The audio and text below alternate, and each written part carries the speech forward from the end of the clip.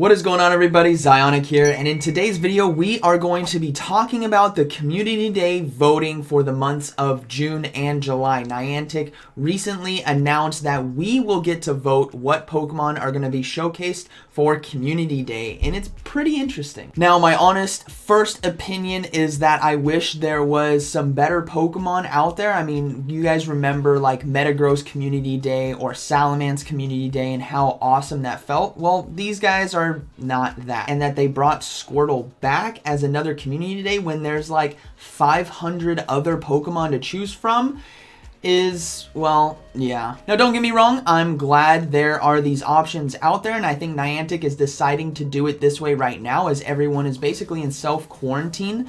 So the really awesome Community Day Pokemon will likely come back once the world comes back to normal. But for now, let's talk about these new moves, and we're going to break down each individual Pokemon and talk about why it's going to be good, why it's going to be bad, and which one I think you guys should vote for. Now, there's going to be a link down in the description to this announcement so you guys can go check it out for yourselves. But basically what we are seeing is Blastoise will get Aura Sphere, Beedrill will get Drill Run, Sandslash, both Alolan and Kanto, will get Shadow Claw, and Gengar will get Shadow Punch. So before we break down each individual one, what you guys should do is down in the comments, let me know which one you guys are going to vote for right now, and then once you guys see the rest of the video, if your thought changes, be sure to comment on that, because I think you guys may be surprised. Now, I forgot to mention how to vote. You guys can vote on Twitter. This is gonna happen on Twitter. And by the way, if you're on Twitter, be sure to hit that follow button. Link down in the description below. But this vote will happen on May 23rd to May 24th. So if you want to get your vote in, you have to do it on Twitter. So be sure to head over there. All right, so we're gonna head over to pvpoke.com to do these simulations. Now,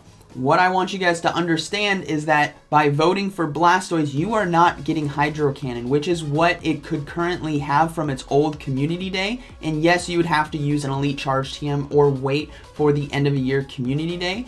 So let's just take a look at how it does against the meta. So a Blastoise with Water Gun, Hydro Cannon, and Ice Beam in Great League will net you 16 wins and 22 losses. That's not too bad. It's not super meta dominant, but it has its place in the Great League. Now, like I said, if we take a look at Aura Sphere, which means you wouldn't have Hydro Cannon, you have Aura Sphere and Ice Beam versus the Great League meta, you are going to win 7 matches and lose 31 times. That is drastic. That means by voting for Blastoise for Great League right now, you are going to lose 9 more matchups, and you will have to use an Elite Charge TM to get the Hydro Cannon. So honestly, Aura Sphere is not good on a Blastoise. Now let's take a look at Ultra League, right? Blastoise is still viable in Ultra League as if you get to level 40, so max it out, and do Best Buddy, you can reach 2497 combat power if you have 100% IV, which is very relevant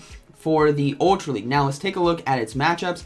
You get 18 wins and 19 losses. Not too bad. That Ice Beam is pretty crucial as well to help out against the dragons like Giratina Ultra and Giratina Origin, which we see quite a bit of. Now, if we take a look at Blastoise in the Ultra League with Aura Sphere instead of Hydro Cannon while still having Ice Beam, we see that you only win 12 times and you have 26 losses, which is again worse than Hydro Cannon. Now, let's say you did get an Aura Sphere Blastoise and then you used an Elite Charge TM for Hydro Cannon. How would that play out? Well, you would get 19 wins and 19 losses, which is still better than Aura Sphere and Ice Beam, which just goes to show that you need that Hydro Cannon. All right, so now we are going to talk about Sandslash. We're going to talk about Alolan and Kanto Sandslash. First up is going to be Kanto. Now, Sandslash does have access to Mud Shot, which is a fantastic fast move already. And then with the coverage of Earthquake, Rock Tomb, it's got a pretty good moveset, right? Overall, against the Great League meta, you're going to have 11 wins and 27 losses, which isn't very good, which is why we don't see it used a lot in Go Battle League. Now let's take a look at if it had Shadow Claw, right? Still great in terms of damage and energy gain, but what it nets you is 1 more extra win in the Great League. That's it. Nothing drastic, but it's better than Blastoise. Now let's take a look at the Ultra League, right? So Ultra League has some potential here for Sandslash. If we take a look at its moveset, Mudshot, Earthquake, Rock Tomb, which by the way, you're gonna need 100% IV, level 40 or 41 for that Best Buddy to get the maximum use out of it. it's not going to have a lot of wins as the Kanto with Mudshot, which is going to be 9 wins, 29 losses. Now, if we take a look at the Sandslash with Shadow Claw for the Ultra League, we will see that you only get 8 wins and 30 losses. That's 1 less win than a Mudshot Sandslash in the Ultra League against the Ultra League meta. Now, if we take a look at a Alolan Sandslash in the Great League, Powder Snow is still pretty good as a fast move. It's got good energy per turn, Bulldoze and Ice Punch for the coverages. We will see that you could net possibly 11 wins and 26 losses. As for Shadow Claw, if we were to pick that up as the fast move over Powder Snow, how does it affect Alolan Sandslash? Well, you are going to get 19 wins now and 18 losses and 1 draw, which is definitely a pretty good upgrade. Now, moving into the Ultra League with Alolan Sandslash, again, same moveset, Powder Snow, Bulldoze, Ice Punch, we will see that you get 13 wins, 25 losses. And for Alolan Sandslash in the Ultra League, if we had that Shadow Claw, we would get 15 wins and 23 losses. So that's +2, which again, isn't too bad, but it's not drastic. All right, time to talk about Beedrill. Firstly, Beedrill would be a new shiny, and look at that thing. That thing is beautiful. I love the shiny Beedrill. Now, adding Drill Run does something pretty unique to Beedrill, and we'll get into that in a second. But let's take a look at what it does against the Great League meta, right? Ideally, Poison Jab, Sludge Bomb, Fell Stinger, you could pick up X Scissor, or you could pick up Aerial Ace. Beedrill has a lot of coverage moves, but for this one, we're going to go with Fell Stinger, Sludge Bomb, and Poison Jab. You're going to get 14 wins, 24 losses, right? Still pretty bad. He's pretty squishy, but let's see what happens if he gets Drill Run. Now, there's a couple variations, again, with the Drill Run that we could have Fell Stinger, Sludge Bomb, Aerial Ace. It all depends on how you want to use it, but let's see how it does with Drill Run, and there's going to be something I want you guys to notice. So 18 wins, 20 losses, so not a huge upgrade, but what it could potentially pick up is fantastic. It could potentially pick up Registeel. Now, this fight is close. I do not want you guys to think that this is a steamroll. Now, Beedrill will win the 1 and 2 shield if you have really good IVs and you can successfully shield bait and land a powered up Drill Run, which is why we have that Fell Stinger, which is going to increase our attack. But it's pretty close, and you have to land Drill Runs. That's the thing. So it has the potential to cover Registeel, but it is not a dominant coverage. But what it also does is it can beat a lot of the grass. It can also beat Azumarill, which is fantastic. So Drill Run is a nice pickup for coverage because you can already beat that Azumarill with Poison Jab, Sludge Bomb, or Poison Jab, Fell Stinger. And then Drill Run could help you pick up some of those steals. We're going to see maybe some of those fires as well, like Alolan Marowak. If you can land a Drill Run, it's really going to help out there.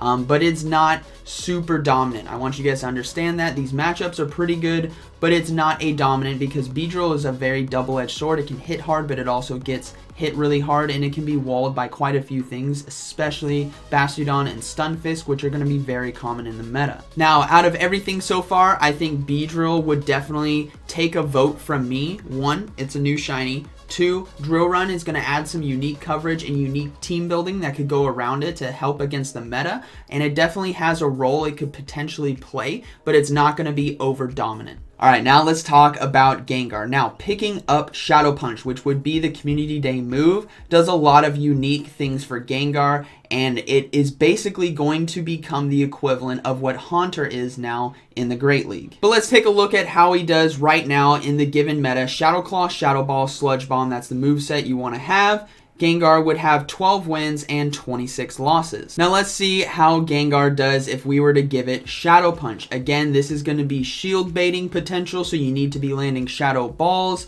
and stuff like that, but it's the same thing as Haunter. You guys know Gengar would get 21 wins and 17 losses against the Great League meta.